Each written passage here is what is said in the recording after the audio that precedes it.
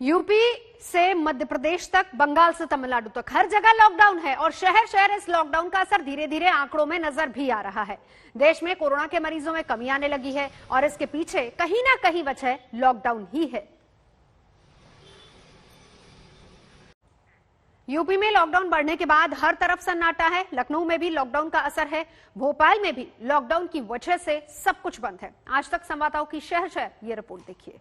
को लेकर उत्तर प्रदेश में भी राहत दिखाई देने लगी है। लखनऊ अब सबसे कम होता जा रहा है।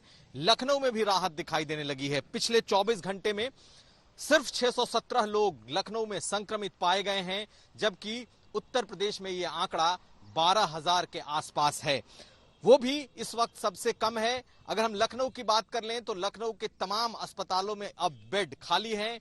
सरकार की माने तो ऑक्सीजन की भी कोई कमी नहीं है, लेकिन ब्लैक फंगस का असर दिखाई देने लगा है और इस वक्त अकेले लखनऊ में 16 ब्लैक फंगस के मरीज मिले हैं। साथ साथ बच्चों में भी थोड़ा संक्रमण बढ़ने की आशंका बढ़ती जा रही है। लखीमपुर खीरी में 2 और महाराजगंज में 1 बच्चे की मौत की खबर आई है। सरकार अब ब्लैक फंगस और बच्चों के संक्रमण के प्रति ज्यादा गंभीर दिखाई देने लगी है। लेकिन अच्छी बात यह है कि पूरे उत्तर प्रदेश में संक्रमण का आंकड़ा लगातार कम होने लगा है। किसी भी शहर में यह आंकड़ा 1000 नहीं पहुंचा। सबसे ज्यादा मेरठ में 800 से ज्यादा मामले आए हैं, लेकिन लखनऊ, प्रयागराज, वाराणसी, कानपुर और साथ साथ गोरखपुर, इन तमाम जगहों पर इस वक्त मामले कम होने शुरू हो गए हैं। राहत की बात जरूर है, लेकिन इस कोरोना ने जितनी तबाही मचाई है वो सबसे ज्यादा है। एक बात और, लखनऊ में जो शमशान घाट है उसमें पिछले 24 घंटे में 62 शवों का दाह संस्कार किया गया है, जबकि कोरोना के सबसे भयावह दौर में 200 से ज्यादा दाह संस्कार हो रहे थे। तो कुल मिलाकर इस वक्त ये कहा जा सकता है कि राहत की एक खबर जरूर उत्तर प्रदेश में भी दिखाई देने लगी है। कुमार अभिषेक, लखनऊ, आज तक। भोपाल की जब हम बात करें, मध्य प्रदेश की बात करें, तो पूरे मध्य प्रदेश में करीब 1 महीने से ज्यादा का समय हो गया है जब लॉकडाउन लगा हुआ है। और इस लॉकडाउन में पुलिस बाहर निकलने वालों से लगातार उनके बाहर निकलने की वजह पूछ रही है, उनसे रोक करके लगातार पूछताछ हो रही है। और इसीलिए अगर आप देखें तो ये देखिए, सख्ती से पालन जो है फिलहाल इस लॉकडाउन का भोपाल में होता हुआ दिख रहा है 1 महीने बाद भी। और कमोबेश यही तस्वीरें पूरे मध्य प्रदेश में देखने को मिल रही है, जहां बाहर निकलने वालों से लगातार पूछताछ हो रही है। और इसीलिए माना जा रहा है कि इसी लॉकडाउन की वजह से संक्रमण की चेन को तोड़ने में काफी हद तक फायदा मिला है सरकार को। और आपको बता दें कि ये जो लॉकडाउन लगा है, ये पॉजिटिविटी रेट लगातार जो नीचे आई है मध्य प्रदेश की, उसके पीछे लॉकडाउन को एक बड़ी वजह माना जा रहा है। लेकिन इसके बावजूद सरकार साफ कर चुकी है कि मामले भले ही कम हो रहे हो, पॉजिटिविटी रेट नीचे आ रही हो, फिलहाल ये सख्ती अभी हटेगी नहीं, क्योंकि इसमें ढिलाई देने का मतलब है सारे किए कराए पे पानी फिरना। बीते 24 घंटों की बात करें तो संक्रमितों का आंकड़ा एक बार फिर से गिरकर 7,500 तक पहुंच गया है। पॉजिटिविटी रेट 11% तक पहुंच गई है।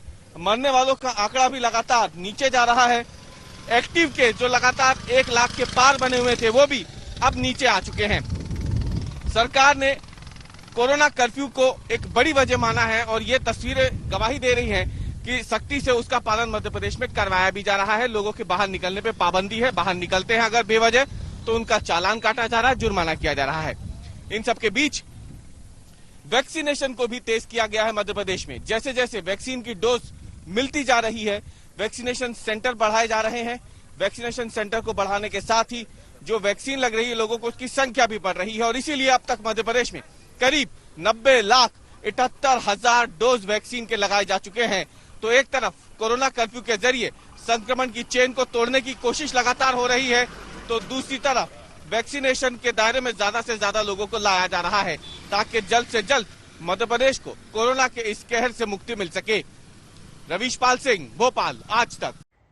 पश्चिम बंगाल में नई सरकार तो आ गई है, लेकिन यहां नई सरकार का सामना कोरोना की सुनामी से हो रहा है।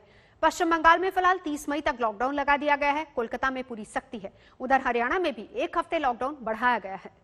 पश्चिम बंगाल में लॉकडाउन की पहली सुबह का नज़ारा हम आपको दिखा रहे हैं। हालांकि स्टेट गवर्नमेंट ने ऑफिशियली इसे लॉकडाउन नहीं कहा है, रेस्ट्रिक्शंस कहा है, लेकिन जो मूवमेंट है व्हीकल्स की, इसके अलावा लोगों की, उस पर रेस्ट्रिक्शन है सिवाय इमरजेंसी सर्विसेज की। 7 से 10 सुबह के जो ग्रॉसरी शॉप्स हैं, सब्जी बेचने वाले हैं, उन सबको खुला रहने की इजाज़त दी गई है। लेकिन जो लोग बाहर निकले हैं उनको सिर्फ इमरजेंसी सर्विसेज के अलावा बाहर निकलने की इजाज़त दी गई है, जहां पुलिस हर जगह तैनात की गई है। खास तौर पर जो मुख्य चौराहे हैं, मुख्य सेक्शन है, वहां पर पुलिस लगातार नजर रख रही है, देख रही है कि लोग जो बाहर निकले हैं वो इमरजेंसी सर्विसेज के लिए बाहर निकले हैं या फिर ऐसे ही तफरी करने के लिए या किसी और वजह से बाहर निकले हैं। और जो सड़कों का हाल है वो मैं आपको दिखा रहा हूं। लगभग खाली सी सड़कें हैं, काफ़ी कम लोग दिखाई पड़ रहे हैं सड़कों पर, क्योंकि 7 से 10 के बीच थोड़ी बहुत भीड़ होनी है, क्योंकि उस वक्त में ग्रॉसरी, इसके अलावा जो सब्जी विक्रेता हैं उनको छूट दी गई है। लेकिन 10 बजे के बाद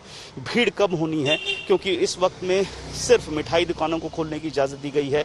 जो ज्वेलरी शॉप हैं, साड़ी की दुकानें हैं, उनको भी खोलने की इजाज़त दी गई है। लेकिन पूरी तरह से जो प्राइवेट संस्थान हैं, ऑफिसेज हैं, सरकारी ऑफिसेज हैं, सबको बंद रखा गया है 30 मई तक। तो उसका नज़ारा फिलहाल देखने को मिल रहा है। हालांकि जिस तरीके से पश्चिम बंगाल में कोरोना के केस बढ़ रहे हैं, लगभग हर रोज 20,000 के आसपास मामले आ रहे हैं और मौत की संख्या भी लगभग 150 के आसपास पहुंच चुकी है हर रोज। तो ऐसे में इन रेस्ट्रिक्शंस का कितना फायदा होगा, फायदा कैसे होगा, वो कुछ दिनों में पता चलना शुरू होगा। अगर जो संख्याएं हैं कोरोना केसेस की वो कम होनी शुरू हुई, नहीं तो ये जो रेस्ट्रिक्शंस हैं इनको और कड़ा करना होगा और मजबूत लॉकडाउन की जरूरत पड़ेगी अगर ये केस लगातार और बढ़ते हैं तो।